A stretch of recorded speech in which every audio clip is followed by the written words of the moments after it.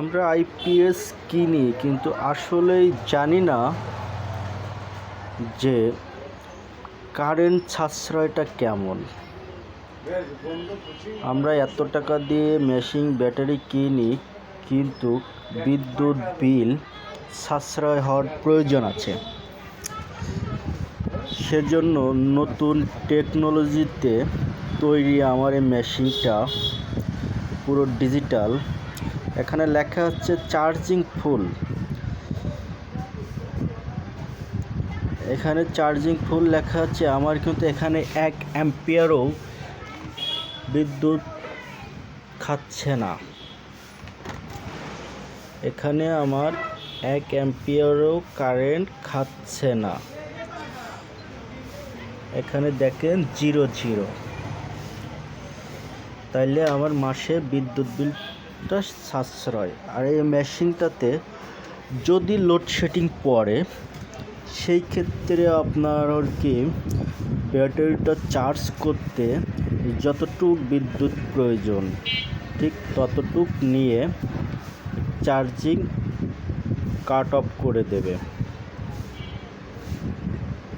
কিছু কিছু মেশিনে দেখা যাচ্ছে বর্তমান বাজারে যে ব্যাটারি ফুল চার্জ তারপরেও 4-5 অ্যাম্পিয়ারে চার্জ হয়। কিন্তু এখানে প্রত্যেক মাসে বিদ্যুৎ বিল 5 থেকে 700 টাকা মেশিনে খায় ফেলে। আমরা কিন্তু এটা জানি না কী কারণে এত বিদ্যুৎ বিল আসতেছে। সেই কারণে নিজস্ব টেকনোলজিতে তৈরি এই আইপিএস মেশিনটা, আমি পুরো মেশিনটা পুরো ট্রান্সফরমারটা তামার তৈরি। দেখেন আপনারা, আমাদের এই কোডটাও silicon code.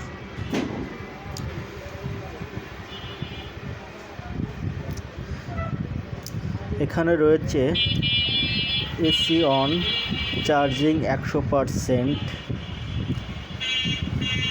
Contact number, charging full 13.2, Mahananda সরকার।